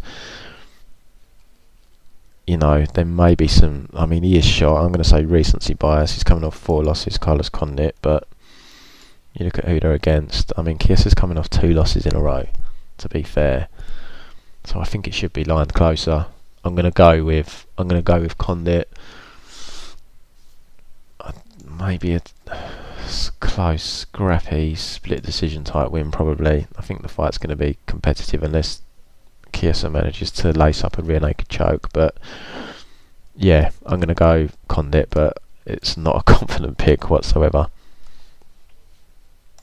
So that brings us to the co-main event, which is Amanda Nunes taking on Cris Cyborg in a champ fight. This is for the 145 strap. Nunes holds the 135 strap, so she could potentially become the first double women's champ here. Really good high level fight, possibly the best women's fight that we've ever seen, in that we've got the 2 champions coming together, 2 absolute destroyers of women. Both have ridiculously high KO ratios for women fighters. They've literally destroyed who they were supposed to destroy. Anyone that can't hang on the feet with them has been absolutely torn apart. statistically, if we have a look at the stats, they've got a similar reach. Amanda's got a 1-inch reach advantage at the same height. Nunes is moving up here to 145. It's her first fight at 145. I don't think she's going to be undersized too much. I do expect Cyborg to be slightly bigger, but Amanda has had I think it is quite tough for her to get down to 135, so I don't think she's going to be kind of out of her element here. Significant strikes landed. Cyborg is at a ridiculous 7. Amanda's 4.5. Cyborg's only absorbed 1.79. Amanda's just under 3. Amanda's used takedowns in the past. She averages almost 2 takedowns per 15 minutes. Cyborg's less than 1. She doesn't really go for them. Cyborg's solid takedown defense. Most people try and take her down for obvious reasons, but no one's really had any joy. If she has been taken down in the UFC, she's pretty much popped straight back up. So Amanda, been on an absolute tear lately. She's won her last 7 fights. 2 wins over Shevchenko in that time. So the first fight, she won the first 2 rounds predominantly through grappling. Gassed in the 3rd round and actually lost the 1st round. Ended up on bottom for some of that, and then got outstruck when I was back on the feet. In the rematch, very close fight, could have gone either way. Amanda was very tentative in that fight for obvious reasons. Shevchenko's a counter striker. She's a very good counter striker, but Amanda just didn't. I mean, neither of them engaged, but Shevchenko is a counter striker. That's her game. She waits to counter, and Nunes just. I mean, as I said, she was worried about the counter, but it's just a bit of a lack of volume there from her that I didn't really like. I would have liked to have put her foot down and maybe gone for it a little bit more. Against Pennington, she was very much back to her old self, being the bully, being the aggressor. I mean, Pennington was completely outgunned in that fight. So Amanda's style revolves around pressure. She hits very hard for a woman. Saw her take out Ronda Rousey, Miesha Tate. She got a stoppage of Pennington in round 5. Sarah McMahon, she hurt on the feet and then managed to sink in the choke. Shayna Baszler, so that was her most recent run of wins. So 7 wins. Before that, she lost to Zingano after a strong first round, kind of slowed down. That has been the knock on Amanda, is her cardio. She did slow down against Kat. She did slow down against Valentina. May have been part of the reason why she was so patient against Shevchenko. She wanted to make sure she paced herself. I mean, she was fine against Raquel. That was a fairly high-paced fight, but it was all one-way traffic. She didn't face any adversity. When she has come under some adversity, like in the first Shevchenko fight in round 3 and against Kat Zingano, she did run out of steam. She has a sinus problem. Now, I noticed that she was wearing the sinus strips on the countdown show when Nina fought Claudia Gadelha, so this sinus issue I don't think has gone away. We haven't seen her cardio issue rear its head for her last 4 fights. Now 2 of them have gone 5 rounds, but the Valentina fight was very slow paced. You know, I wouldn't expect anyone to gas at that kind of pace. There wasn't a lot happening in that fight. And as I said, Raquel was all one-way traffic. She wasn't facing any adversity, so you'd expect her, kind of fighting at her own pace, albeit a fairly high pace, to be fairly comfortable. She wasn't under any pressure. Her breathing wasn't being jeopardised. It was quite an easy fight for her. So, very good striker, very aggressive. Is the cardio going to be an issue? And she's moving up in weight here. Cyborg, absolute destroyer, 17 wins inside the distance, all by KO from 20 wins. Moved over to the UFC finally back in May 2016, made her debut against Leslie Smith. Quick win over Leslie, probably a premature stoppage, but Leslie wouldn't have stood a chance in that fight. Lena Landsberg, she took out Avenger, she took out Holly Holm she beat via decision, and Kunitskaya she just mauled. What I have noticed with Cyborg since coming over to the UFC is she does seem to be more patient now. She didn't rush the finishes against Landsberg or Avinja. Kunitskaya she caught pretty early and hurt her, so it was a quick finish there. And against Holly Holm she fought very intelligently. Showed that she's not just a fighter that can fight on the front foot. She actually countered Holly for the majority of that fight. Holly was trying to rush in and get back out, but as she would rush into land, she was getting countered pretty much for the whole 5 rounds. So I thought that was very interesting. That shows how much of a skilled striker Cyborg is. She can mix up being the aggressor and being the counter striker, and she showed really good cardio. Rumour has that her cardio is fantastic, that she does a lot of work on it in the gym. She does a lot of running, but she really looked fresh as a daisy in that fight with Holly, and it was a fairly high paced fight, but really looked solid. And I think that's a very key component in this fight, is the cardio advantage she's going to have. Cyborg is not going to be bullied by Amanda. She is going to be able to put Amanda on the back foot. I think there will be spells where maybe she's happy to do a bit of countering as well. She showed against Holly Holm that she can counter. But I think the key here for Cyborg, and I've read some interviews with her where she's actually said this, is she is going to apply pressure when she needs to, and she is aware that there is a potential cardio issue for Amanda. And if Amanda gets dragged into the 3rd, 4th, 5th round and she's tired, she's going to be in big trouble here. So I mean, it's a great fight. It will be competitive to begin with, but I only see one winner here, and that's Cyborg. I don't see Amanda Nunes being able to stop Cyborg. She showed a granite chin when she had that Thai boxing fight with Bears. She ate some massive knees. She just kept coming. I don't think Amanda's going to be able to stop her with strikes, and I don't think she can win a decision. I think the pace that Cyborg will put her on, the pressure she will put her under as well. It's going to be very interesting to see how Amanda copes with being put on the back foot, because I don't think we've really seen anyone push her back and put her on the back foot in a fight when they're standing. So it's very difficult if you're an offensive fighter to be good off the back foot as well, especially if it's something that you just haven't encountered in your career. And like I said, that's what really impressed me about Cyborg, was the way she fought Holly Holm, in that she did counter, and she did stand back and wait for Holly to come in and counter her, as opposed to her normal kind of aggressive style where she'd come in, she'd lead the fight, she'd be the aggressor. So Amanda's going to have to show some really skilled striking to be able to counter effectively, and I just don't think she's going to be able to. I don't think she's going to have that versatility. Cyborg can fight both ways. Amanda's maybe a little bit quicker, but as I said, I think the longer this fight goes, especially when Cyborg applies pressure, I think it's going to wear on Amanda. I think she's going to start eating some heavier shots, and I can see Cyborg getting a late stoppage here.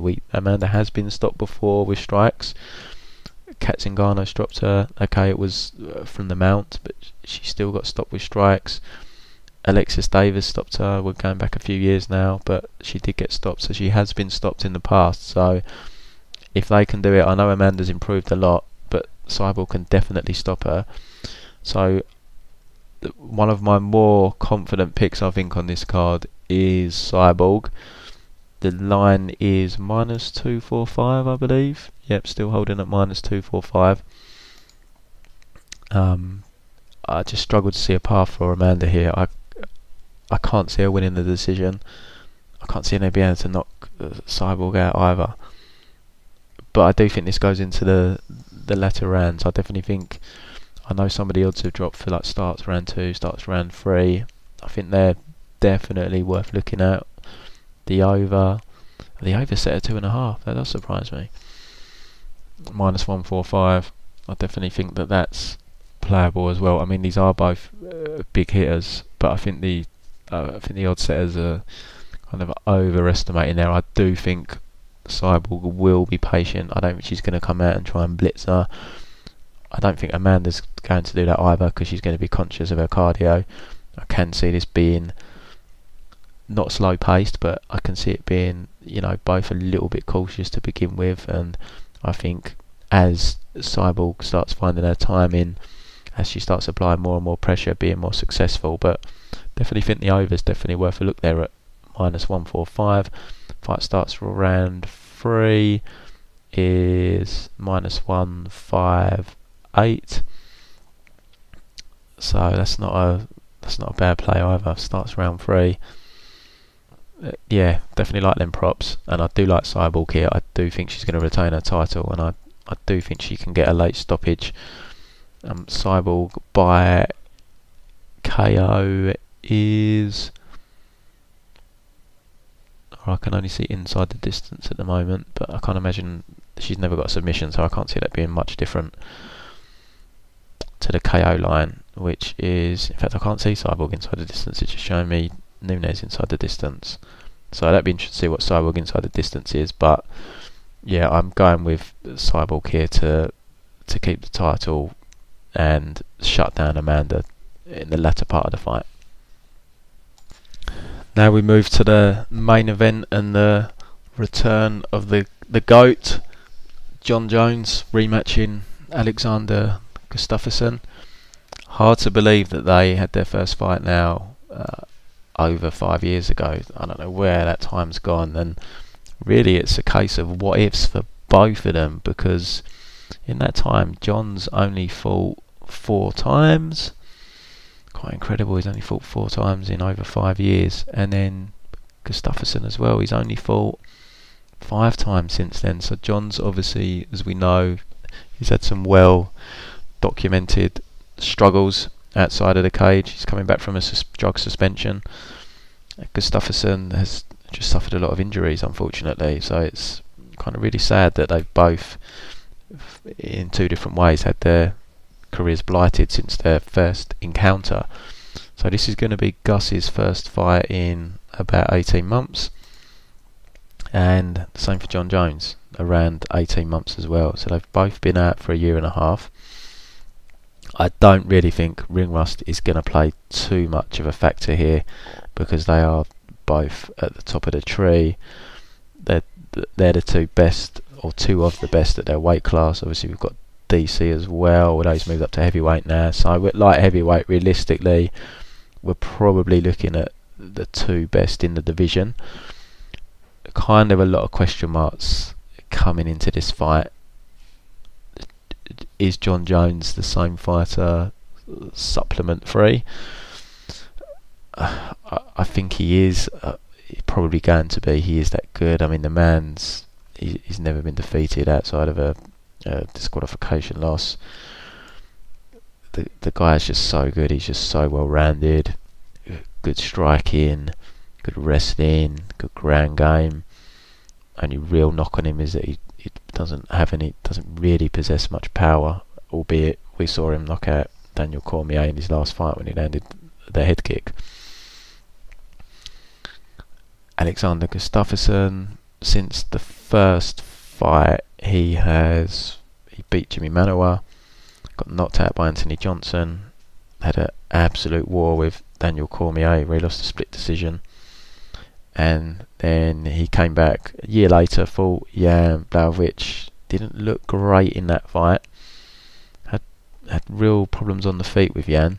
He actually won the fight by taking Jan down, and then he came back and he looked a lot better against Glover, but that is a faded Glover. Glover isn't the fighter he was. He's definitely showing his age now. He's definitely slowed down. I'm just looking at Glover's record to see when we first noticed the deterioration, and I mean, to be fair, Anthony Johnson knocked him out, then he beat Jared Cannonier, looked fine in that fight. It's probably the Gus fight where he started to show his age, because Serkinov, he was looking slow on the feet against before he got on top and finished him, and then he just got dominated by Cory. So I don't want to say Gustafsson beat a shot Glover, but it was definitely a Glover on the downward trajectory. So you know, he did look good there, but how much can we take from that? It's hard for me to know just where Gus is at because of all the injuries. You know, John's been out as well, but at least it's not been injury related. It's just been chaos in his private life. And if all the rumours are true, you know, he used to win all these fights. He was barely training. He was out partying, on drugs, and he was still winning these fights. Whereas Gus is a man that he's had a lot of injuries. How much does he have left in the tank? Because also since the Jones fight, he had that absolute war with Daniel Cormier. You know, how much has that taken out of him? Before that, he got knocked out by Anthony Johnson. So, you know, you look at since the Jones fight, he's had a nasty knockout loss, absolute war with DC. Didn't look good against Jan Blachowicz. Looked good against Glover, but a Glover that is, let's be realistic, he's declining, and now he's been out 18 months injury related again. So I really like doing these pods because they really do help me sometimes see fights a lot clearer than when I just think about them in my mind. And the more I'm kind of raising red flags here with Gustafsson, the more it's making me like John here. I was kind of hesitant to bet John just because he's coming off the drug ban. Like, where is he at mentally? But you know, he's the best we've ever seen. How can we doubt him? And also the reason for my hesitation was the first fight. I had it even going into round 5, and I had Gustafsson winning round 5 up until John landed that spinning elbow, which changed everything, and ultimately won in the round and the fight. Probably, I think one judge had it 49-46, but the other two 48-47 Jones. So may have lost that fight if not for that spinning elbow. But we're going back over 5 years now, and there's a lot of question marks with Gus because of the injuries, because of the, you know, he's had a couple of tough fights since the last Jones fight. And like I said, there are question marks for Jones, but he's not been in a war. He's not had injuries. He had the fight with Glover that he won pretty comfortably. The Daniel Cormier fight was a tough fight. That was a tough fight. But he won that fight, and then OSP looked a little bit flat in that fight. Didn't look 100% himself there. But then he came back against Daniel Cormier after another, that was around an 18-month layoff, and I mean, he looked great in that fight. So you've got to go with Johnny. I imagine the wrestling is going to negate itself again. John, they're similar height. John still has a reach advantage. He's got that 84-inch reach. I think he's got about 5-inch reach advantage.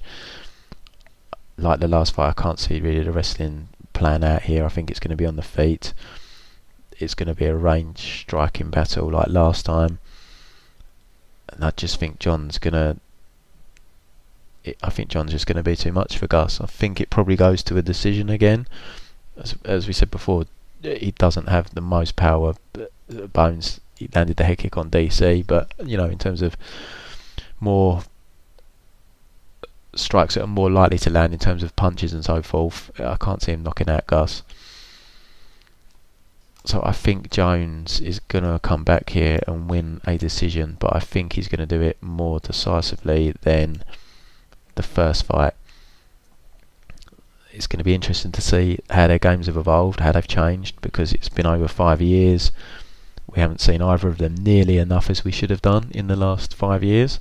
But I think there are more question marks regarding Gus than there are Jones, unless Jones comes in and, you know, offer the drugs. He's a completely different fighter. But if he's a guy that's been in camp training properly, the rumours are true that he wasn't even, you know, he was half-assed in his training before, then it's a frightening prospect. So I'm going to go with John Jones to win a decision here and to end this year's final UFC show. So last show of the year, guys. Next show I think is January the 19th. We've got a bit of a break, which I don't really mind. It's been pretty relentless. The show at the end of January got cancelled, so there's another break after the show mid-Jan, another 2-week break, and then I think there's a show every week for about 2.5-3 months. so we kind of go on a crazy spree again. So hopefully we're going to end the year really strong. Check out my Twitter at Pro MMA Betting, the website prommabetting.com. If you do buy any subscription packages basically that run after the end of this event, your start date will be from the date that the next UFC is. So say you bought a monthly subscription at the end of December, I'll just start it on the date of the next UFC, so you at least get, I think it'll be 3 shows out of the monthly. So yeah, any subscriptions between now and then, I'll just start them the next date that the next UFC after this one starts, basically, if you pay for a subscription after 232. But yeah, I'm really aiming to end the year strong. Last 2 weeks have been a little bit disappointing. We lost 2 weeks ago because of the boxing draw, like the main bet lost anyway. We won some other bets, so it reduced the loss in total. And then last week, Rob Font probably should have been my main bet, but we bet Font but smaller than the other bet, and Kevin Lee let us down with the main bet, unfortunately, which is a bet I don't regret. I just don't understand Kevin Lee's fight IQ in that fight. I don't know why he didn't wrestle more and why he was content to stand, especially in like round 1, where I thought he won round 1, but it was very close and a takedown would have sealed the deal, and he won round 2 and 3, so he would have got the decision then. So sometimes I look back and regret the bet. Like Zach Cummins wasn't, kind of forced that bet a little bit, but at least he got the job done. But yeah, Kevin Lee just let me down there badly. But we've got some boxing this weekend. I might have a pre-bet for the boxing this weekend. I'm just debating it. I'll definitely be live betting it, and there will be bets for UFC 232. I'm just deciding on unit sizes and so forth, but I pretty much know what I'm betting, so that'll be sent out to members very soon. But have a great Christmas, guys. Happy New Year, and I'll be back with the next podcast in 2019.